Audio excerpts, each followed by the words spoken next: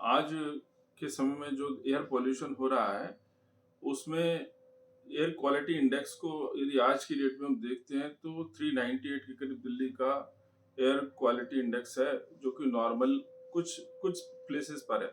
बाकी कुछ प्लेसेस पे तो 400 को भी टच कर गया और उससे भी ऊपर है। तो ये जो स्थिति है, ज़्यादातर देखा जाए तो उन एरियाज़ में ज़्यादा है जहाँ पर कंस्ट्रक्शन वर्क ज़्यादा हो रहा है और ट्रैफिकिंग ज़्यादा है। और इसके अलावा जो सबसे ज़्यादा इम्पोर्टेंट जो 15 से 20% जो पॉल्यूशन पिछले दिनों और बढ़ गया है, वो है पराली, पराली का जलना। मैं खुद देख रहा हूँ अपने क्लिनिक्स में ज़्यादातर जो पेशेंट्स मेरे पास आ रहे हैं, उनके साथ साँस की तकलीफ के पेशेंट जो सीओपीडी के पेशेंट्स की जो मेडिसिन इनटेक बढ़ गई है, वो बार-बार आ रहे हैं, उनको ब्रोंकोडायलेटर से भी फ़ायदा नहीं हो रहा है। उनकी आँखों में जलन की शिकायत उनको बहुत ज़्यादा देखने में मिल रही है। साथ ही साथ घबराहट बहुत ज़्यादा हो रही है, बेचैनी बहुत ज़्यादा, रात को सोते नहीं हैं लोग। और उससे भी कहीं ज़्यादा पेशेंट्स को मैं देख रहा हूँ, उनको जुकाम की शिकायत, रनिंग नोज़ की टेंडेंसी बहुत ज़्यादा बढ़ गई है। क्योंकि वर्तमान समय में कोविड से हम अभी लड़े ही हैं, तो फ्लू जैसे जो सिम्पटम्स हैं वो तो हैं ही पेशेंट्स में, जो फ्लू होता है, नॉर्मल सीज़नल फ्लू होता है। लेकिन इस समय जो उसके साथ ऑगमेंट हो रहा है, वो हो रहा है पेशेंट के साथ जो पॉल्यूशन जो उसके साथ मिलकर के जो इन्फेक्शन क्रिएट कर रहा है, एक कॉम्प्लेक्स बना रहा है, एंटीजन एंटीबॉडी रिएक्शन की वजह से allergic reaction with the chronic cases of the COPDs. तो ये बड़ी डेंजर स्थिति है। इसके कारण क्या है, एक तो पोस्ट कोविड पेशेंट्स बहुत ज़्यादा है हमारे दिल्ली में इस समय। करीब 50 लाख के करीब लोग को देख सकते हैं कि उनको साँस की तकलीफ पॉल्यूशन की वजह से ही हो रही है। और उसका कारण उनकी एक तो इम्यूनिटी ऑलरेडी हैम्पर्ड है, पहले से लोग कुछ लोग कोविड के एक्सपोज़र में आ गए हैं। फाइब्रोसिस की स्थिति है, कुछ पेशेंट इंटरस्टिशियल लंग डिजीज़ के पेशेंट्स हैं, कुछ क्रोनिक अस्थमैटिक है, ब्रोंकाइटिस के पेशेंट है, एलर्जिक रेनाइटिस के पेशेंट्स हैं। उनकी स्थिति तो बहुत ही ज़्यादा भयंकर है। तो ये जो पॉल्यूशन है इस समय, इसके जो कारण है वो एक तो एयर पॉल्यूशन जो नॉर्मली उसमें केमिकल्स हैं, जैसे carbon dioxide, carbon monoxide, sulphur oxide, formaldehyde, lead, arsenic, ये सब तो है ही। ग्राउंड लेवल जो ओजोन है जिसकी वजह से स्मोक फॉर्मेशन हो रहा है, उसकी वजह से एयर की डेंसिटी भी बढ़ रही है, सांस लोगों को ऑक्सीजन की पर्याप्त मात्रा मिल नहीं रही है। तो ज्यादातर जो पेशेंट्स इस प्रकार के हम आते हैं, या आप लोग सब महसूस करते हैं अपने परिवार में किसी को भी ये समस्या देखते हैं कि सांस लेने में तकलीफ हो रही है उनको, तो ऑक्सीजन लेवल तो जरूर चेक करना ही चाहिए। यदि ऑक्सीजन लेवल बहुत 90 से बिलो जा रहा है तो अलार्म तो बजना शुरू हो ही गया है। लेकिन जरूरी यह भी समझें कि ज्यादातर जो मैं खुद नोटिस कर रहा हूँ आसपास के क्षेत्रों में, पराली को हम दिन के समय उसकी स्मेल भी हमें महसूस नहीं होती है। तो ज़्यादातर लोग जो पराली जला रहे हैं, मैं आपके चैनल के माध्यम से बताना चाहता हूँ, मैंने जो नोटिस किया है, वो रात्रि के समय जलती है पराली। और जब लोग बिस्तरा छोड़ के उठते हैं, उस समय जब वो एकदम से उठते हैं, यूरिनेशन के लिए उठे या कमरे से बाहर निकल गए, तो तुरंत ही पेशेंट को एक्सपोज़र हो रहा है, तुरंत ही उनका गले में इरिटेशन हो रही है, आँखों में जलन हो रही है उनको, सांस लेने में तकलीफ हो रही है, और फ्लू की जो सिम्टम्स, रनिंग नोज की जो सिम्टम्स है बहुत ज्यादा हो रहे हैं। और उन पेशेंट्स को हम एंटी एलर्जिक दे रहे हैं, लेकिन उसके बाद बलगम में थिकनेस हो जाती है, फिर उनको रेस्पिरेटरी डिस्ट्रेस में चले जाते हैं पेशेंट्स।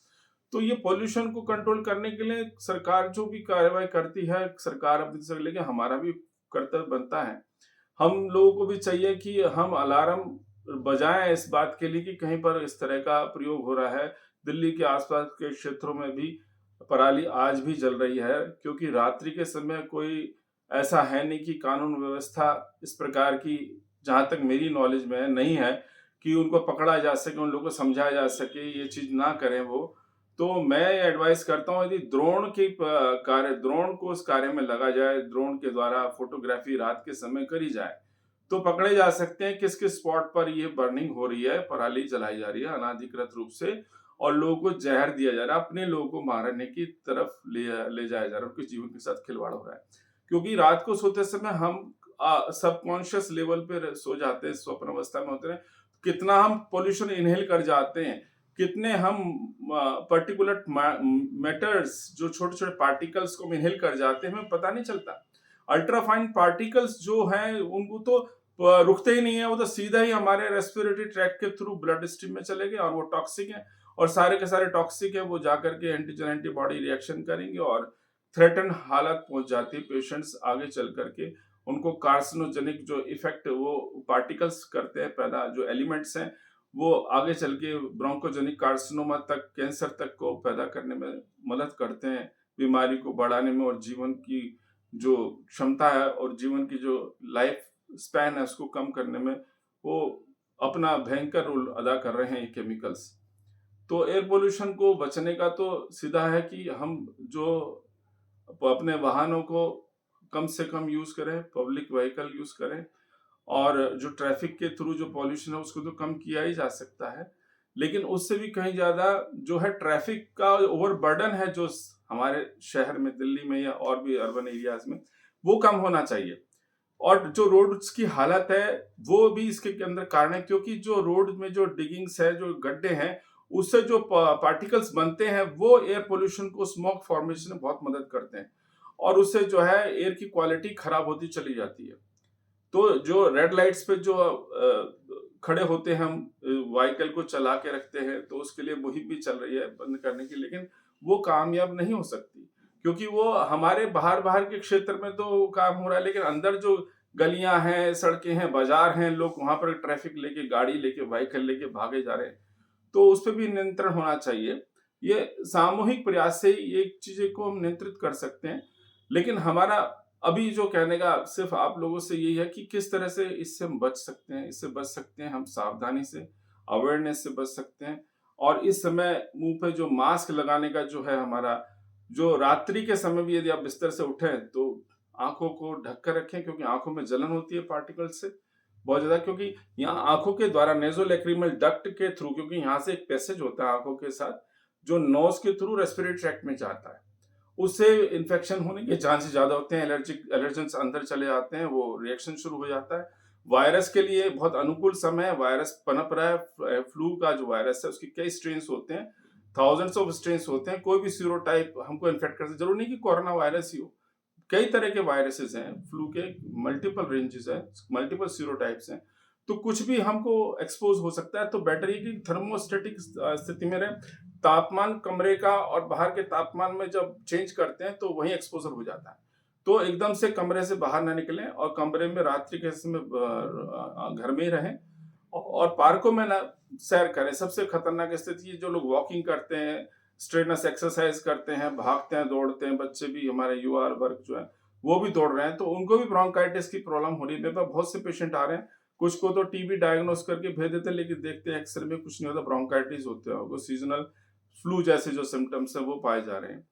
तो और मास्क लगाने से बचाव हो सकता है, रात्रि के समय आप बिस्तर से उठे तो मास्क लगा के, गोगल पहन के निकलें बाहर, और सर को भी ढकें, टेम्परेचर का जो वेरिएशन होने से भी बचें, उससे साइनस की प्रॉब्लम, साइनोसाइटिस की प्रॉब्लम हो सकती है। और सबसे बड़ी जो बात है कि जो पोल्यूशन इस समय इस स्तर का है कि 100 सिगरेट के बराबर हम स्मोक ले रहे हैं, अंदर अपने अंदर इनहेल कर रहे हैं, और स्मोक में तो आप जानते हैं क्या क्या चीज होती हैं, कार्बन मोनोऑक्साइड होती है, आर्सेनिक होती है, और जो सल्फाइड्स होते हैं, लेड होता है, तो वो सब टॉक्सिक है, सारे कार्सिनोजेनिक है, सारे वस्कुलर कंस्ट्रिक्शन कर देता है, वेसल को सिकुड़ देता है, हमारी जो कैपेसिटी है, कार्डिक कैपेसिटी, पल्मोनरी कैपेसिटी को डिफेक्ट करता है, अफेक्ट करता है, और जो सीओपीडी के पेशेंट के लिए वैसे ही बहुत खतरनाक है। तो हम अपनी नेचर को खुद ही जो हम खराब कर रहे हैं, अपनी जो अपने रहने की जगह को, अपने इस वायुमंडल को दूषित कर रहे हैं, तो हमें सबको सावधान रहना है, और बाहर कूड़ा उड़ा ना जलने दें, अपने अड़ोस पड़ोस में कूड़ा ना जलने दें, किसी प्रकार का ईंधन से जलने वाली चीज न पैदा कर। साथ ही साथ जो कंस्ट्रक्शन साइट्स हैं वहां पर जो मार्बलिंग को जो काटने का, पत्थरों काटने का काम होता है, उस पर विजिलेंस होनी चाहिए, क्योंकि उसकी वजह से मैंने देखा है बहुत से लोगों को सीओपीडी के साथ साथ जो इंटरस्टिशियल लंग डिजीज होता है, जिसका कि कोई इलाज नहीं है, फाइब्रोसिस हो जाता है, लंग बिल्कुल सिकुड़ जाते हैं, और मोर्टेलिटी बढ़ती है उससे बहुत ज्यादा। उस पर विशेष ध्यान होना चाहिए। कंस्ट्रक्शन साइट बिल्कुल बहुत विजिल होना चाहिए, उस पर बहुत अंकुश होना चाहिए, उसकी जो प्रोटोकॉल है गवर्नमेंट ने जो बनाया उसका फॉलो किया जा रहा है या नहीं किया जा रहा। तो पड़ोस के लोग भी ध्यान रखें, अपने बुजुर्गों का ध्यान रखें। बस मैं आपके चैनल के माध्यम से ये कहना चाहता हूँ, साथ ही साथ ये भी कहना चाहूँ, क्रैकर्स जो चलाए गए थे पिछली बार तो काफ़ी कम जलाए गए थे, इस बार फिर भी लोगों ने रात को कम जलाए लेकिन फिर भी जलाए हैं। तो ये हम दूसरों को ज़हर देते हैं, हम जलाते हैं, पटाखों को जलाते हैं, इससे लोगों को हम शुद्ध हवा नहीं देते। जैसे पहले हम हर किसी को पानी देते थे, हम अब कम से कम हवा तो ऑफ़र कर ही सकते हैं अपने लोगों को, अपने बुज़ुर्गों को, अपने बड़ों को। तो बस मैं ये कहना चाहता हूँ, हमें इस पॉल्यूशन से लड़ना, हमको सबको मिलके लड़ना है। धन्यवाद।